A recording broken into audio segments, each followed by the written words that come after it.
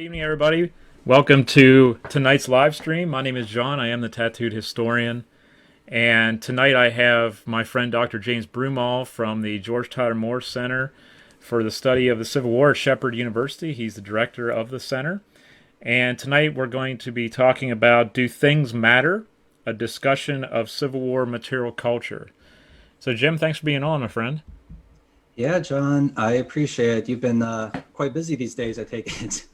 Yeah, I have 5 live streams total this week, and then I just scheduled a third for next week. So we are rolling along with live streams. So we're making the Okay. most of this thing when we're stuck inside.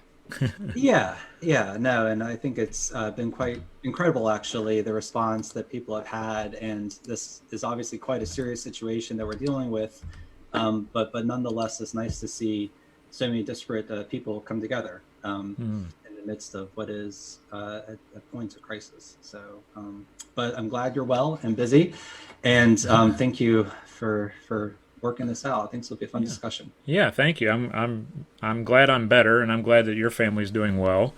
Yeah. And I'm really looking forward to this because this is something that just really has interested me since I was a kid. And we're going to go into a deep discussion about material culture and objects and stuff like that.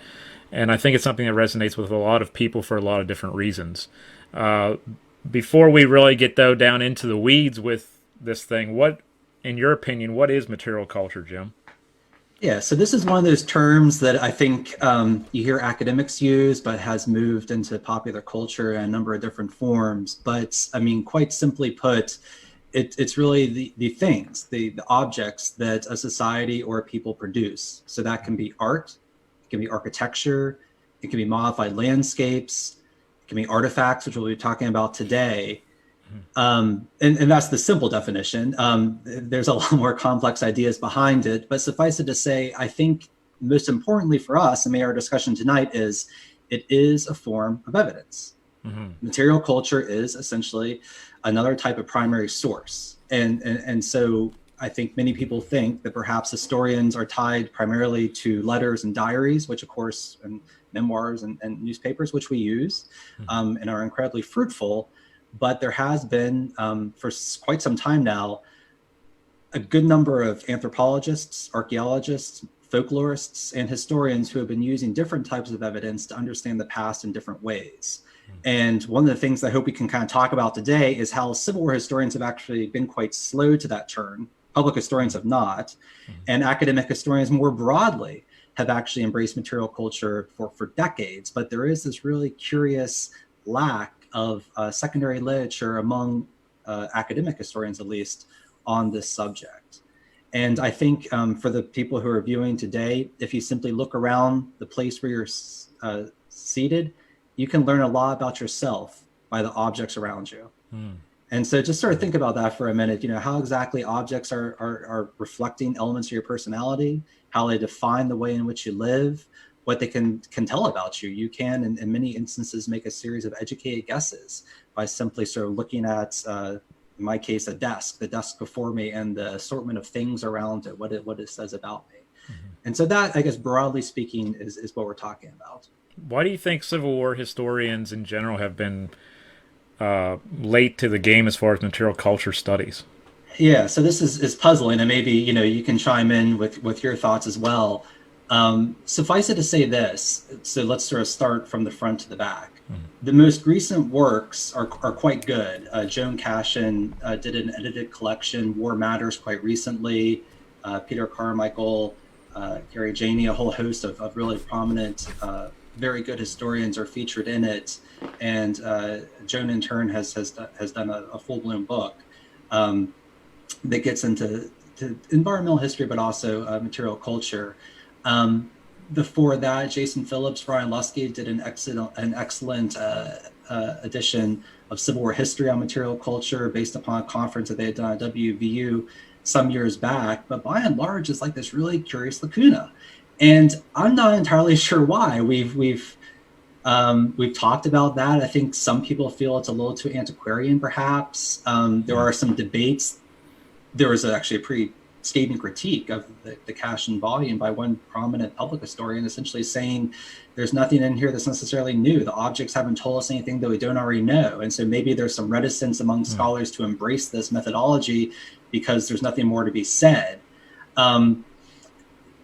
So, I've been kind of curious about this and stymied by it. And I'm trying to embrace this methodology in my next project. I dabbled in it in my first. I was really enthralled by it in graduate school. And I've been interested in objects really throughout my entire life. They sort of brought me, into this period at a very early age. But I think what's also notable and should be said is that early Americanists have been doing incredible work in this field for decades. Architectural historians, folklorists, people who are trained in American studies, just have been doing phenomenal work. And, in graduate school, I was exposed to the works of Henry Glassy and Robert Blair St. George.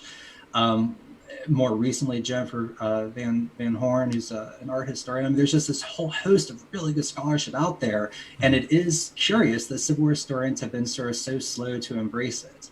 And so, I don't really have a good answer for you there, but I can just say it is an oddity.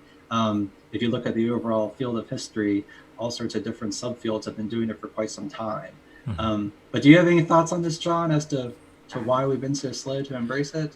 I'm not sure. I've often wondered if the era that we're speaking of, as far as the historiography is concerned, was so focused on tactical or operational history that we failed to look at deeper meanings behind materials utilized or how the landscape was used for the longest time.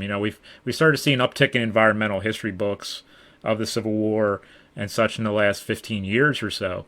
But when I'm talking 25 years ago, you really didn't have those kinds of things en masse. It was a lot of tactical ideas, tactical ideology. Should this corps have moved this direction? Was McClellan too slow? And stuff like this. And we didn't dive deeper than the tactical a lot of times, in my opinion. At least what I was seeing out in popular history, we weren't diving too deep into it.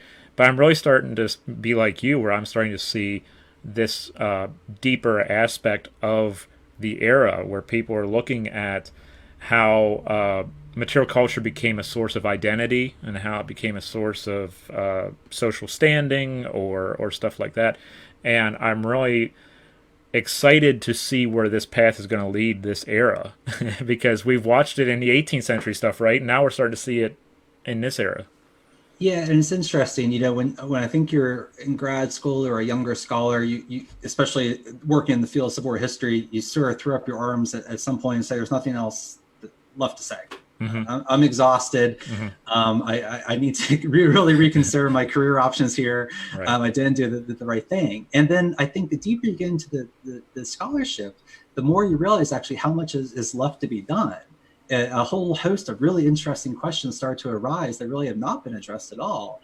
And in this case, there's an entire methodology that, it is being embraced. Make no mistake about it. There are a series of dissertations that are in the works or have recently been published that fit squarely into this methodology and are incredibly enlightening. There's a number of really good, young, prominent scholars coming through the ranks right now who are doing it. But it's one of those areas that it's like, 5 years ago, if you talk to someone who was dissertating, I mean, I would steer them almost entirely in that direction and say, sky's the limit in some ways, and the artifacts are there. And maybe this is one of the things that we can talk about.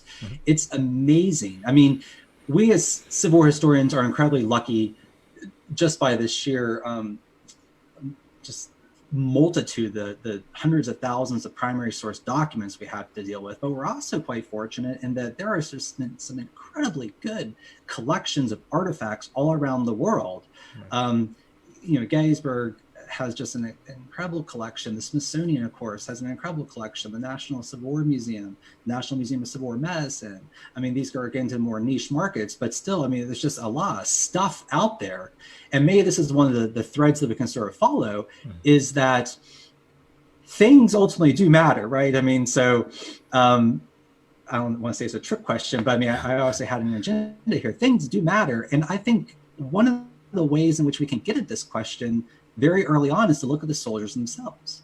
in the earliest days, in the earliest months of this war, when many thought it was going to be a very short affair, what did they do when they go to the battlefields? They start collecting stuff. They start collecting the letters from the dead. They start collecting trinkets, rings off dead bodies. They start sending home tokens, notions of remembrance. When the war appears to draw on a bit longer, soldiers who get that desperate wound but survive it package the coat, the bloodstained coat, and send it home.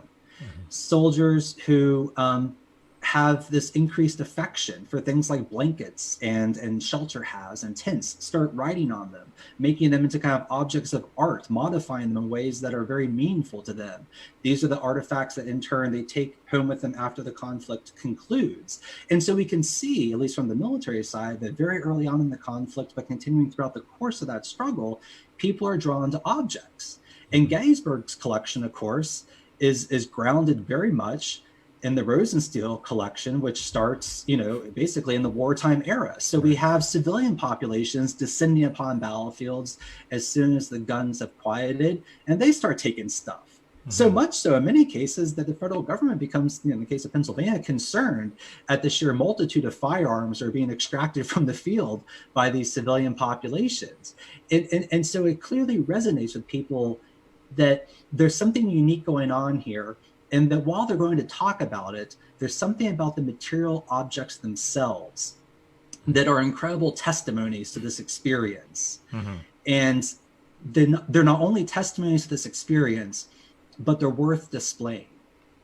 And we see that time and time again as we move deeper into the wartime and then into the early post-war era, where in private homes, artifacts start to assume places of prominence, tokens of remembrance. We see, moving into the post-war era, the very beginnings of these museums centered entirely on the military experience. And then throughout, at least the Eastern theater, which I know better, these small battlefield museums start to pop up, in which, again, people are taking these objects directly from the field and starting to populate these cabinets of curiosities with all of this stuff. And so it's clearly communicating something in a very tangible form that is transcendent simply of writing about it or thinking about it. And I think that's one of the other things for us to think about, is that objects can do some work that writing alone can't. There's certain things that can be communicated if we think more broadly, right? The smell of coffee, the smell of cooking, what's that evoke, right? What does it mean to be near an object that has almost a sacred property to it, right? The tree stump that had been shot through at Spotsylvania, that's now house of the Smithsonian, the top hat that Abraham Lincoln wore, the shackles that enslaved an African American. I mean, all of these things can communicate, and communicate incredibly powerfully in ways that are transcendent simply of the written word. And that's one of the things that I think is why stuff matters so much, and why Civil War historians are slowly, making that turn toward objects. I'm wondering also if those who are going for an academic course in the Civil War field, especially, probably, I don't know, maybe a quarter of them or a little bit less were interpreters for years before that, and they've gone to an archive and they've seen the objects, and they've touched the jackets, and they've seen the pants, and they've seen the hats and stuff. And I wonder if that carries over into their academic path, where they're like, well, I was really engrossed with this jacket at Tredegar Iron Works when it became the American Civil War Museum, or whatever else, and they think, well, that's what I want to really go down. I wonder if it's a life experience thing for some of us, because you and I both come from that living history background, and yet we're still ingrained or engrossed with learning about jackets, learning about real material, like wool and jean wool and this. And I'm wondering if that's why we have a little bit more of a niche for it. Yeah, I think that's a really good point, John. I mean, a couple programs ago, when you talked to my friend, colleague, our mutual friend and colleague, Pete Carmichael, in the Allies or Adversaries, Pete brought up the fact that there are so many practicing academic historians right now working in the Civil War era who have themselves been frontline interpreters at NPS sites, seasonal employees, permanent staff, have really interacted with audiences. And when you interact with audiences, you need to become very creative in how you deliver content. There's art to doing presentations, public presentations, and I think I'm still not quite there in perfecting it. And so I often rely upon sort of props, right? So when I do a lot of these public presentations before roundtables or for different public groups, I like to diversify my content, and so I often use objects of art to create some sort of discourse with the audience. In some cases, I don't usually bring artifacts because I don't really have any, but I have pictures of artifacts that I like to show before for the group. I mean, you have to start thinking creatively when you're dealing with broader audiences, broader non-academic audiences. And academic audiences, of course, care about this too. But I think, especially for people who value public history, have themselves been public historians or continue to still identify as such, and I that's certainly one of the hats I wear.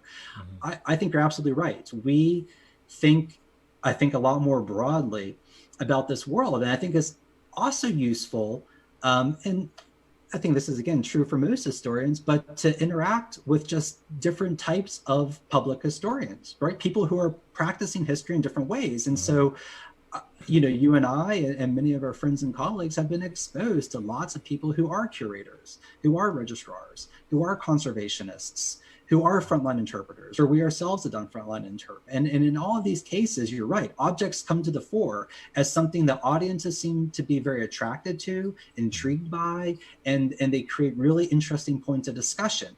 Documents can do that. I still believe in the power of the word, and I still rely almost solely upon traditional primary source materials like letters and diaries in most of my scholarship.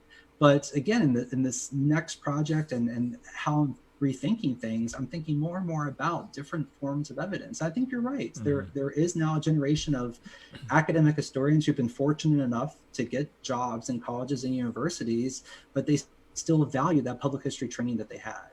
And that public history training is almost guaranteed to have instilled in them the importance of artifacts, the importance of landscape, the importance of orienting your visitor with things that resonate and matter, touchstones for them, right? And so in all these instances, yeah, I think that's a really interesting insight. And that necessarily wasn't the case if we go back 2 and 3 generations to great academic historians, but their training was, I think, quite traditional. They entered a very different job market, and they themselves, I think, we're writing very different types of books. I think the other thing to say, which you know, is at the end of the day true, it is a saturated market. I mean, we've published a lot of books on the Civil War, and so people have had to become more agile and more creative in thinking about the ways in which they want to go about their work and the questions that they want to ask. And I think that has also led people, especially people who've thought more about cultural history who've been trained a bit more broadly in interdisciplinary work, to incorporate different forms of evidence in their scholarship. What is an artifact that drew you to study the Civil War in a way? Or was it an artifact, or was it something else that drew you, a material culture object? Yeah, you know, well, I mean, I've been intrigued by this really since as long as I can remember, but I was thinking about this the other day and how things sort of crystallize. And I think the memories that are most clear to me start happening right around the 125th anniversary. And at that time, we lived in Cumberland, Maryland, and we not only made a really important trip to Gettysburg, but we also made a very important trip to Antietam.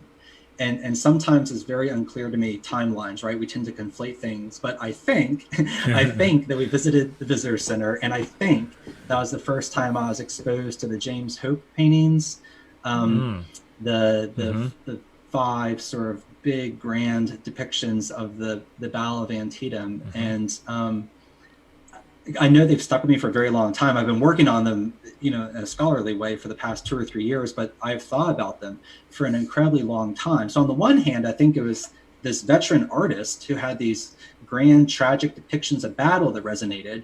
On the other hand, it's the material of war. I've just always been intrigued by everyday objects. I'm just absolutely fascinated by things that weren't necessarily worn by the aristocracy, or in the case of the military stuff, used by generals, but instead used by enlisted men. And things that I think stuck with me the most in museums were the things that had the most sort of wear.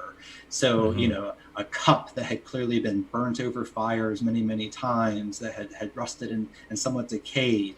A very common jacket that in any other circumstances would be sort of cast off, but yet survives. These really rare artifacts, things that were used so much and were so commonplace that they, in many instances, were never saved. Like one of the exercises I love to do with my students is I talk about blue jeans. I'm like, everyone, in any given classroom, a good percentage of your students are going to be wearing blue jeans. Right. But then you start to ask, how many of them have a pair that's a year old? It's going to be the majority. How many of them have a pair that's 5 years old? You get to about 50 or 60%. 10 years old gets down to like about 20%. And then 15 years old, at that point, I'm getting too old for my students. But the numbers plummet because that's something that we generally don't keep. Yet, Right. incredibly common. It's used by everyone, from the wealthy to the poor. You see blue jeans in different types and stuff like that, but in different capacities. But it's this incredibly common object. Think about, though, a pair of blue jeans from the 1990s, how they will be so important to a curator in 2090. It's because they're not going to survive in great numbers. And so it's these same objects from the past that were incredibly commonplace that disappear from the landscape, but somehow a few examples survive. Those are the ones that intrigue me. But I have to turn it to you. So how about you, John? I mean, you and I both do like stuff. And so is there something that stands out? I remember something that stood out in my life that was really important to me, and it was when I would go over to the old visitor center at Gettysburg. My grandparents take me over on the weekends sometimes, and the Gettysburg Coat, as we called it, was the Confederate coat that was downstairs, and it had this is how well I knew it. It had a dual row of stitching down the front. It had wooden buttons, and it's like the tablet said, "This is a common coat worn by Confederate troops in the invasion of Pennsylvania." And I don't know why I was just drawn to this coat and drawn to this coat. It was just so simplistic, and it was interesting. And I was drawn to it for the longest time. And when I did an internship in my graduate studies, I believe, at the Army Heritage and Education Center in Carlisle, I was going through some boxes to rehouse some things. And I opened a box up, and there's a Gettysburg coat, quote unquote, Gettysburg coat. And I'm like, wait a minute, I was told this was picked up from someone on the field at Gettysburg, but here's a second one. And it came into the collection through a Pennsylvania soldier from the Civil War. And I said, well, what are the odds that this Pennsylvania soldier picked up the same coat off the battlefield as someone did where it's now housed at the old visitor center? And I was putting two and two together, and the research hasn't been done yet, but we started to think that maybe this is one of the early Pennsylvania militia coats that was involved in the Civil War, because they were wearing that type of coat, or a color that it was. Okay.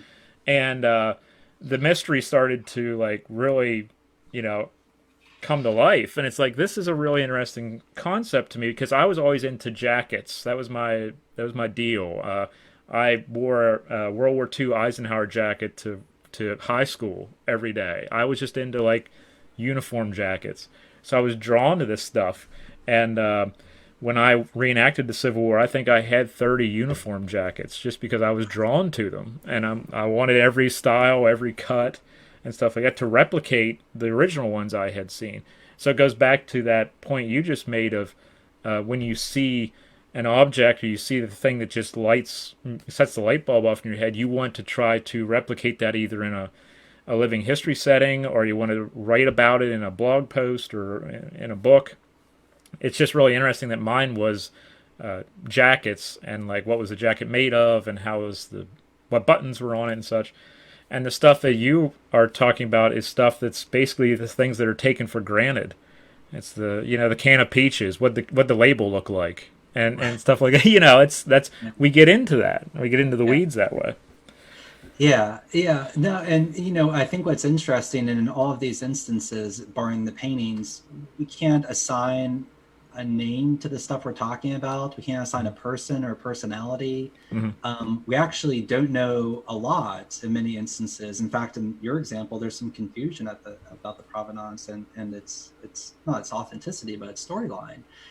And I think that's still part of the power, right? The fact that we actually don't know that much, and these objects are saying so much despite that fact is incredibly telling.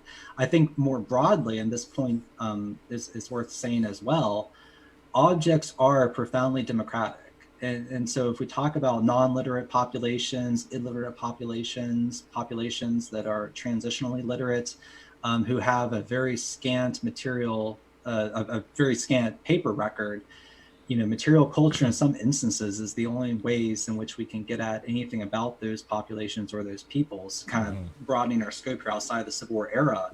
And in many instances, it's not going to be the work of curators at first. It's actually going to be the work instead of archaeologists at first. I mean, objects that are thrown in trash pits are incredibly revealing. Trash pits tell us more about society in some ways than, maybe census data from a later period can.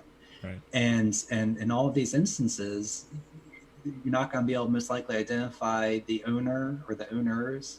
You can start making guesses about the use and what it says about the society and people. But again, it's the power of the object itself without any words attached to it. You're contextualizing it, you're putting in the context of imagery and certainly other primary source materials, but the objects themselves are still speaking in an incredibly powerful way, in a way that you can't get at in many instances through the paper record. And so there's something very important to be said about that. I would also state that I'm looking over here because I'm watching the comment feed and questions and stuff like that. But something that's popped up in the comments, which has reminded me of the early days of thinking about material culture, at least for me personally. A few people have brought up the series with like Fighting Men of the Civil War, those big large books we used to have, and then I still have them. I have mine, and then it made me think of I still have the 3-volume set of Echoes of Glory.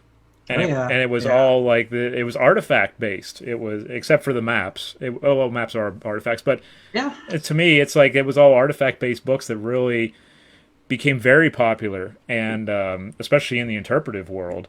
And we used to have. I used to go in and see uniforms that were sewn by someone and said "Check Echoes of Glory this page," and you could see it right there. And it was like that's material culture coming to life for me. Yeah, no, I mean, I'm glad to see. I'm not reading the comments, obviously, because of my ineptitude of the technology, but I'll rely upon you. Take John, my word for it. Yeah. Yeah. Okay. I mean, for those of you who are saying that, I mean, I'm glad to hear it. I still have both of those trilogies. I still actually use them with some frequency. I think, here's the tougher point to think about. On the one hand, I value them for what they are at the sort of broad level, and so it's fun to look through Echoes of Glory. It's fun to look through the Fighting Men of the Civil War series. It's fun to look through Lord's Encyclopedia. There's a whole host of these sources out there.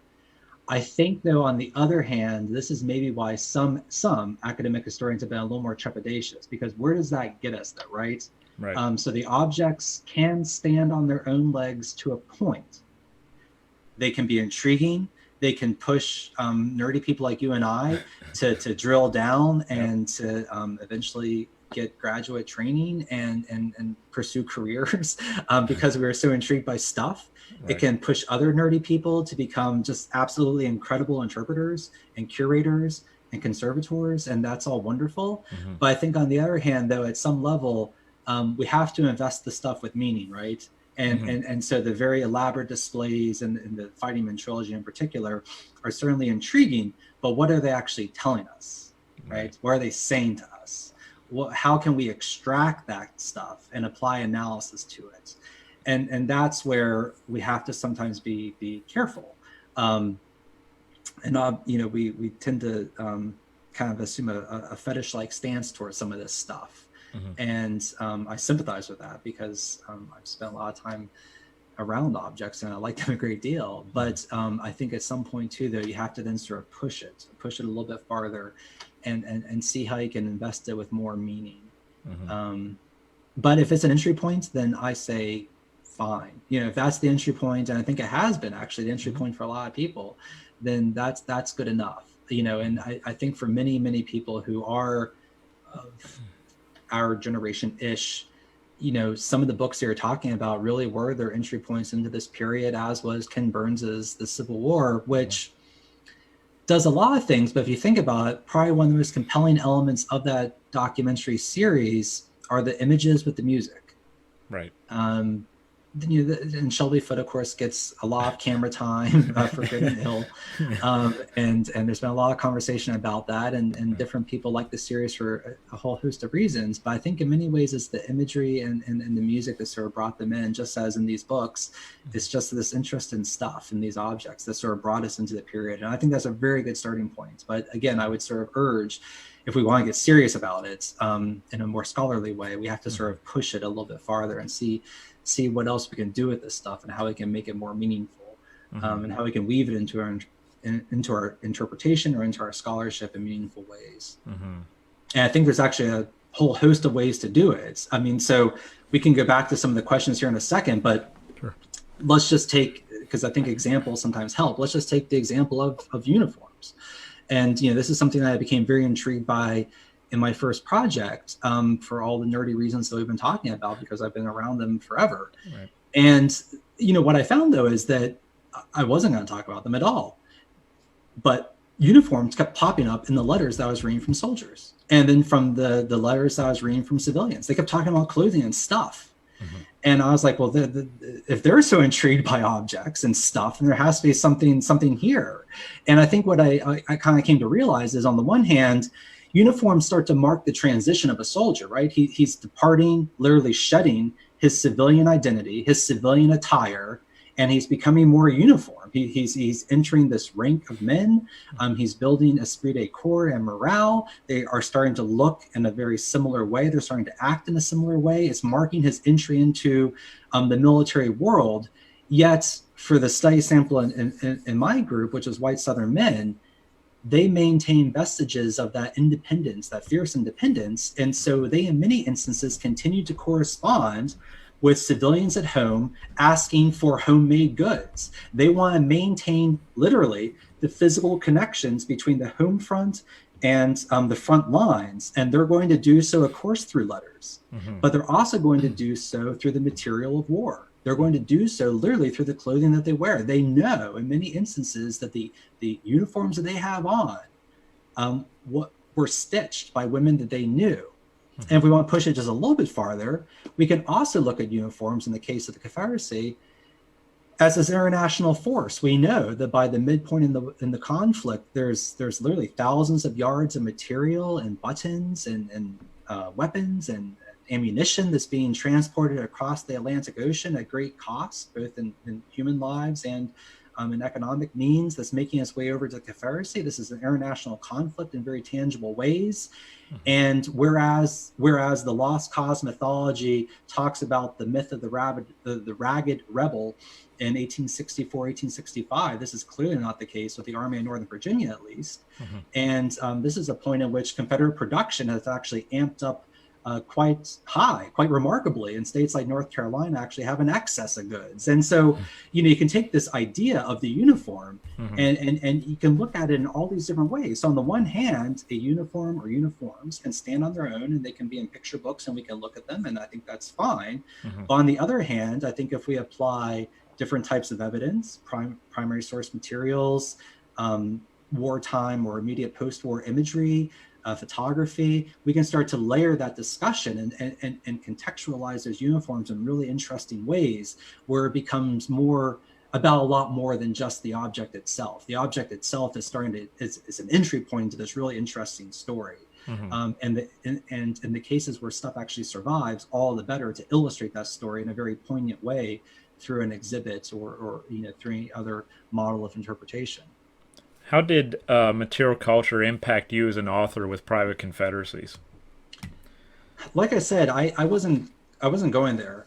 It was one of those strange things. When I was getting my MA, I was lucky. Well, let me start even earlier. Sorry. Sit down, everyone. Get a cup of coffee. Grab a drink. Let me tell you about myself. When I was an undergraduate, I went to the University of Delaware, and Delaware has at the graduate level the Winterthur program. And the Winterthur program is one of the premier sort of fine arts, material culture programs in the country. Uh-huh. It's produced a lot of people that you and I probably both know who are just incredibly talented. And so I was sort of exposed in that milieu to art history, to objects, to stuff. And so I became really intrigued by it. And then when I went to graduate school at the MA level, not only did I work with Pete Carmichael, but I also worked with Lisa Tolbert, who was a Winterthur grad. And she had written a book on townscapes in Tennessee. And she had exposed me to Camille Wells and Henry Glassy and Robert Blair St. George and all these really intriguing early Americanists and folklorists. And I was like swept up by it, man. I mean, I was actually going to write, and Pete will tell you this, I was going to write a master's thesis on barns and barn doors. Oh, wow. And yeah, Pete wasn't very happy about that. And I didn't, but I was really interested in architecture. Vernacular architecture just intrigued me so much. I was like fascinated by hand-hewn buildings and stuff. I still am. And so I was like, okay, well, I'm going to do this dissertation. I'm going to work in material culture. And you know how things go. I just drifted away. And I was like halfway through the book project. I was working on the wartime material. I wasn't really sure what I wanted to say. A lot had already been said about some of the things I was interested in. And like I said, the primary sources spoke to me. I didn't need to force the issue at all. The primary sources, if you listen to them, they will speak. And what I just kept seeing in letter after letter, again, it was just so common, I had to write about it, was people talking about the built environment that the soldiers themselves created, people talking about the material that they used, the materials of war, people talking about the connections that they had with the home front through these material goods, people talking about how men assumed, you know, quote unquote, gendered identities, and were doing quote unquote women's work by sewing for the first time and thinking very differently about gender roles. And I was like, okay, I can maybe do something with this. And I didn't necessarily get as deep into it as I wanted to. It forms pretty much a small portion of the work. But what I decided with my next project is I'm going to dedicate myself to it entirely. You know, I still, again, I have at least one other project that will deal with letters and diaries, at least in the near future. But I also said at this point, I really want to do something seriously with art and artifacts. And they just started to speak to me in the last project. I maybe needed that bump to sort of push forward or surge forward. And I think that project started to raise a series of questions that I wasn't able to entirely resolve through the source materials that I was looking at. And so that's why I think I'm going to try to pursue this much more deeply in the next project, because I think there's a lot of things that can be said in different ways by incorporating a lot more different types of evidence. So it was certainly in private Confederacies, and I came to, like I said, pretty late in the process, but it was on my mind for over a decade in some form or capacity, in a more scholarly way, and it's been on my mind for probably 30 years. But it takes a real leap. I mean, you know, you got to start thinking very differently. You have to read very widely. And that's one of the things that, if there are some people watching tonight or in the future who are thinking about graduate study or young scholars thinking about what they want to do next, I mean, you really got to read pretty broadly. You got to get outside your comfort zone and really get into European history, more closely early American history, but also anthropology and folklore. A lot of different scholars who you might not immediately go to, who say pretty insightful things that are applicable to what you want to do. And for this next project, you know, it is kind of scary because I'm dealing more with art history, and that's a whole separate discipline, and I don't want to infringe upon their territory. But at the same time, though, there's a lot of questions about trauma, for instance, that I think soldier artists portray in very vivid terms in their paintings. Or I'm also working right now on some stuff with John Batchelder and his famous map of Gettysburg, and then some of his subsequent influences on the James Walker painting of the repulsive Longstreet's assault, as he titles it, Pickett's Charge. And so in these instances, the material culture, broadly defined to incorporate art and objects and all that, is pushing me in really productive ways, well beyond just the source materials themselves. I'm going to leapfrog off of a comment that we received while you were so eloquently putting that. Kevin Levin is actually on, and he commented that is a really interesting point. I never thought of contextualizing uniforms as something that informs the relationship between the home front and soldiers in the way that regimental flags do. And we often thought about that, where regimental flags, and you see the woodcuts of the ladies giving the flags to the men and such. But the way you dove into that is something I never thought of either, where, just as Kevin said, you're going into gender roles with uniforms and manufacturing this stuff and everything else. And that's a deep dive which I never considered before, but makes total sense. It's just something that, as a uniform, nerd, I often thought about it. What was the guy who wore this uniform? What did he go through, or whatever? I never connected, I guess, the home front as a whole with the jacket that I'm looking at, which is probably a failure on my part, but it's just something I just never thought about. Yeah, well, first, thank you, Kevin. I hope you're doing well up in New England right now. I know it's especially trying up there, but thank you for the comment. And again, the source materials directed me there. There was a letter very early on that I read from a relatively prominent North Carolina family. It was a North Carolina judge, and one of his sons became the captain of a company, and he's writing home, and they're trying to figure out exactly how to uniform the men. And the son has this really incredible letter to his father and his mother, and he essentially says, the soldiers want uniforms produced from the women at home more than anything else. It will mean so much to them to know that it was sewn by these women, or in some cases in slave labor. It'll mean so much to them to know those being produced in mills in North Carolina, and it'll resonate with them in very powerful ways. And so they go through this great production to end up manufacturing and securing and then shipping off these uniforms. And that was sort of the beginning. And I started seeing it more and more in letters where in the case of a poor yeoman farmer and his wife from Georgia, the wife was suffering so badly on the home front that the soldier, Hill Fitzpatrick, is sending home military items to her. He's saying, here's a good pair of military shoes. And she says, it's good to know that we're still connected in this strange, tangible way. Or here's a shirt that I can no longer use. Here, use it at home for the baby. And the material conditions had gone that bad on the home front that the streets working the other way in this case. But yeah, it's a very tangible thing. And Kevin's right. The flag is the most symbolic, important connection, I think, between the home front and the front lines. And that's why soldiers sacrifice so much on the battle line to preserve those flags and to ensure that they never get captured.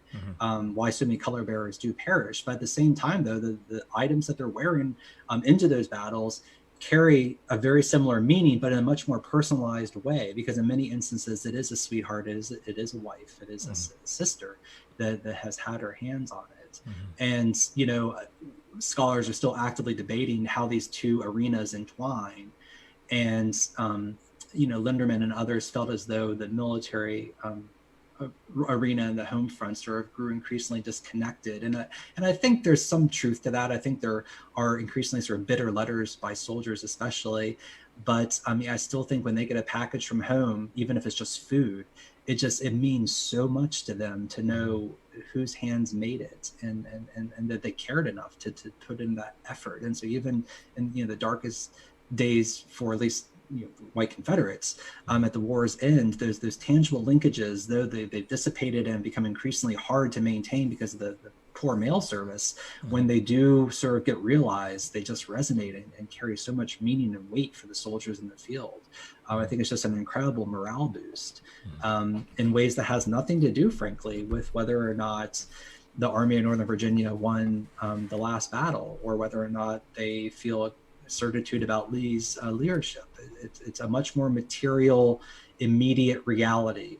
And I think that in many ways impacts men's morale as much as anything else.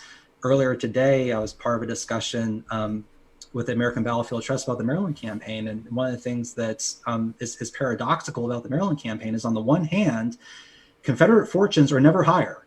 Lee, make no mistake about it, is riding this crest because of these monumental victories that he has achieved for the past 3 months, and he's gone on this major offensive effort.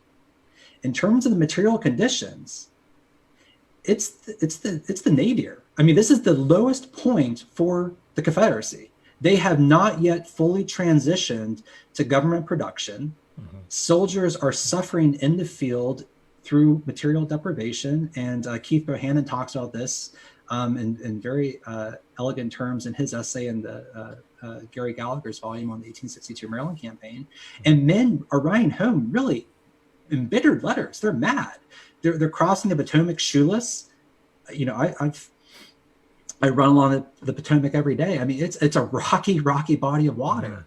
And so they're literally feeling these rocks cutting their feet apart. And so while, you know, Confederate fortunes are incredibly high, material conditions are terrible. Right. Dietary issues are rampant throughout the issue. Dysentery is a huge problem. So there's this material reality with which the Army is faced, and with which some men are not doing very well, and their morale is plummeting. And that's one of the things they always have to think about, that there's this immediate material reality for the soldier, for the private. What exactly has he had to eat that day? What's he wearing? How's the weather been?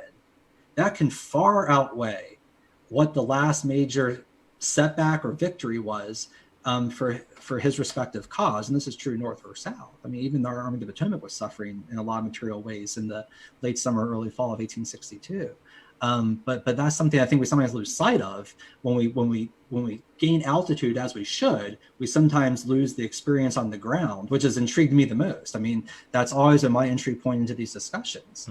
Mm-hmm. Be it the experiences of the enslaved, be it the experiences of Union or Confederate privates, be it the experiences of civilians. I mean, it's that experience on the ground that I just think is absolutely fascinating. It tells just an incredibly different story in many instances from that broader meta narrative. Mm-hmm. How do you see, you touched on private confederacies, but how do you see with the post-war view of these material culture items coming to the forefront? Because you look at any picture of a Confederate veterans reunion, or you look at a picture of the 1913 Gettysburg reunion, and some guys are still breaking out their uniform jackets and they're showing where the bullet pierced their jacket or doing stuff like that. How monumental is that to the understanding of what that source of identity is for them? Yeah, I mean, this is something that I've been really intrigued by, is this idea of what exactly objects do in constructing notions of self-identity. And in the immediate post-war period, when these veterans are at the cusp of becoming citizens, many, and again, in private confederacies that look primarily at white Southerners, mm-hmm. many of these Confederates are coming home and then wearing for months afterwards their military garments. In some cases, cutting off the buttons because they've been told to by federal officials, or in other cases, covering them in black, as it's kind of symbolic token of mourning, but it's also hiding the military insignia. Mm-hmm. And so they've still sort of maintained, in a literal sense, elements of their military identity because they're still wearing the garbs, the clothing of war. Mm-hmm. As we move deeper into the post-war era, we see this resurgence of Confederate nationalism through the material trappings of the Confederacy. So the fact that veterans are wearing either actual uniforms or these sort of concoctions that they create in the post-war era, they're supposed to mimic their wartime uniforms. That's a very strong signal to the continuation of a very strong Confederate identity, right? Mm. And so I'm not sure if it's comparable necessarily to the use of the Confederate flag in the 1950s and 60s, but there's certainly elements there, I think, where we see this strong resurgence of Confederate nationalism, Confederate identity, and in many cases, meant to impose upon African-American populations, meant to intimidate African-American populations, white Northern populations, Republicans, and so on. And so the fact that they maintain these military trappings in a demilitarized post-war era, I think is very telling. The other thing which I do talk about in my book is that the Ku Klux Klan employs elements of Confederate iconography, or at least remembrances of the war. So this is getting us a little bit beyond material culture, but They'll invoke famous battles like Bull Run or Gettysburg and some of their call signs. They have a military-like structure that they utilize in this paramilitary group. There's a little bit of Confederate iconography that you see, but in all of these cases, it's certainly the maintenance of an identity. We also see that three very prominent institutions arise, one in Richmond, one in Charleston, and one in New Orleans, that form collections that are still around today. The American Civil War Museum in the case of Richmond, the Confederate Relic Museum, Relic Room in the case of Charleston, and a variant thereof in the case of New Orleans. But those are being formed by ladies' memorial associations and other groups, so those in similar collections in the 1880s, 1890s, and then kind of transform themselves into sort of pseudo museums in the late 19th, early 20th century. These also are kind of bastions of lost cause mythology. Now, one of them has become incredibly modernized in the form of the American Civil War Museum. They've transformed their interpretation, how they're using the objects. The other two are still a little more antiquated in how they display and think about interpretation. But there is that interesting connection where they sort of formed as these bastions of lost cause mythology in the late 19th century. And so I think you're right that there's these very tangible material connections that are being signaled by this stuff that sort of aligns with the shift that's going on in the post-war South during the Jim Crow era, and in some cases the resurrection of Confederate nationalism. We often see in our circles, we see some people who are rampant collectors of this stuff, and they've been compiling it for years and years and years. What about with collecting things as a way to connect with material culture of basically any period? I mean, collecting has been going on since the dawn of man. I mean, it's just been something that people have done. But when it comes to the Civil War, we've been around. I know we personally have been around a lot of people who have collected, who have original uniforms, original rifles, stuff like that. What about that connection with the present that people have with material culture? Yeah, I mean, I think it's one of those intriguing phenomenon. I've been to relic shows, as have you, and you see, at least back in the day, you'd see hundreds and hundreds. I know the sizes of the crowds have dwindled, but hundreds and hundreds of these individuals going and buying this stuff, in some cases for very high dollars. And it's obviously, as you say, connecting to something that is quite old. I mean, you can go all the way back to holy relics, for instance, and think about the importance and resonance that they had. And pieces of the cross, in our era, pieces of the rope that supposedly hanged John Brown. And, I think on the one hand, I think we have a lot to learn from collectors. I think the idea is among some to stigmatize them, call them antiquarians, and sort of leave it at that. But there are some incredibly knowledgeable collectors out there that know their subjects well and can inform us on a number of different levels if we, I think, take the time to listen. On the other hand, though, I think there is some truth to simply saying amassing objects for the sake of amassing objects. What's the purpose of the point, right? So, after you've purchased your 1,000th button, or your 12,000th bullet, or whatever it is, what's the point of this at this level? On the other hand, though, like I said, you can talk to metal detectors, for instance, and learn very interesting things about patterns of encampment. In some cases, encampments that are incredibly poorly documented, they're finding out fascinating things about. In a more systematic and professionalized way, archaeologists are doing similar work, and again, a more professional, systematic way. But they are assembling collections in a sense too. It's just how they're being processed and then used are very different, and that's where I think we need to split hairs here, right? So, I mean, on the one hand, I think relic collectors organize their things often in sort of a esoteric way that is idiosyncratic to themselves, and the objects sort of stand for themselves. Whereas in a more professionalized way, you would want to understand a bit more about the context from which the objects were taken, how the objects themselves may put into some sort of interpretive modeling, educational modeling, and what we can do with them. And I think there's still a gulf between those two arenas and worlds. I think they should speak to each other. And again, I think there's incredible things that we can learn from collectors. Collectors in many instances are absolute experts on certain things that academic historians know nothing about, and benefit a lot. But as I was talking about earlier, there's also this rub where can we get beyond the object itself, though, right? Right. What more can we learn from it? What educational properties does it have? What value does it have? Right. How can we sort of push things in a more productive way? Mm-hmm. And that's where I think, again, we have to be a little more critical, perhaps. Yeah. If a lot of I know a couple who metal detect, and they go find campsites, or they go find areas where there might have been a small skirmish. It's not really marked, things like that, and they actually self trained in GIS, so they plot things out, and it's really interesting to see that aspect of material culture. Whatever they're bringing up, they are plotting it, and they're saying, okay, this is the campsite, this is that. And thank God for programs that allow us to do that easier than we used to be able to do. But I'm starting to see even that molding into a new, not a field, but a new arena of study where people like us could go to someone who's found a campsite, and figure out why it was there, and the aspects of it and such. And like you say, collaborate with those who find this stuff.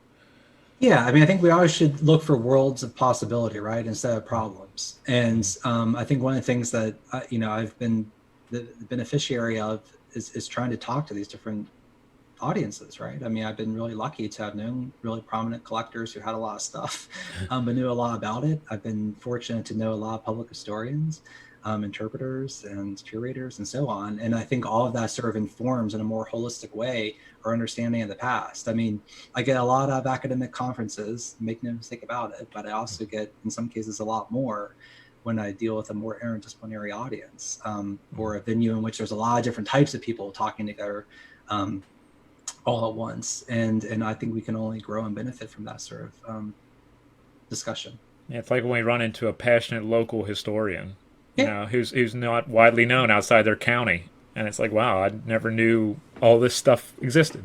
Yeah, you know. no, that's absolutely right. And sometimes if you look at an academic book that may be sort of place driven, they will be relying upon a lot of those local Yeah. histories and local historians they're talking about that know those territories better than anyone else, who've been working in those archives for 40 years in some cases, know the Right. local populations, black and white, better than anyone else, and can kind of make inroads into those populations better than anyone else. Mm-hmm. And so again, I think we all have something to learn from each other. We don't always put it in the same way. We don't always speak the same language, so to speak. But if we can create those conversations, we can all be the beneficiaries thereof. Yeah. What would you like the audience to go away thinking differently about material culture as we wrap up? What's something that you see either coming in the near future in the field? Are we going a certain direction, or do you want the audience to see things in a different way for a certain thing? Or just like final thoughts on that kind of a thing. I think one of the earliest lessons that I learned is to try to look at the object on its own terms, first and foremost. What is it actually telling you? And so when you go into a museum or you go into a collector's living room, a relic collector's living room, whatever it is, a gun show, go in and think about the objects and what they're trying to say to you. And then I would encourage you to start to think about the different layers that you can apply to that map, that painting, that button, that bullet, that uniform, whatever it is, and how you can use all those different layers to then complicate that base story that you had, and then start to really weave a more elaborate tale around it. One of the most skillful instances I've ever seen of this is Laura Ulrich's famous book, The Age of Homespun, where she basically relies upon one object in sort of each chapter. And she wrote it more towards for popular audiences. It's a really gripping narrative, but she uses that one object and just weaves these very complex stories. And a lot of the scholars I talked about earlier do so in a more academic way in their respective works. But it all starts with the object itself, right? The object itself has to speak to you, and it does. And you have to listen. And then once you listen, then think more critically about what types of other evidence you can bring to bear upon it, and how you can in turn enrich, enliven, and inform your narrative by using that object, that painting, that landscape in a more holistic way. And so I think with that, things do matter. That's the Yeah, that's yeah. the bottom line. We started with that question, and we figured out that things do matter. Yeah. That's great. Well, thank you, Jim, for being on the live stream tonight. It's been really a fun time, and I don't know if you have a copy of your book there, but your latest book, Private Confederacies, is a must get. I know a lot of people have been asking for the link to find it. We'll put that in the comments as well. And this has been a really interesting discussion because we don't really dive into material culture as far as I think we should. And I'm really there are certain people out there who are excellent at operational history, and I like to go into the weeds of what's stuff made of and why was it used and who made it. And I think that made this a really interesting discussion for a lot of our friends in the comment section here who are still commenting and saying great things for you.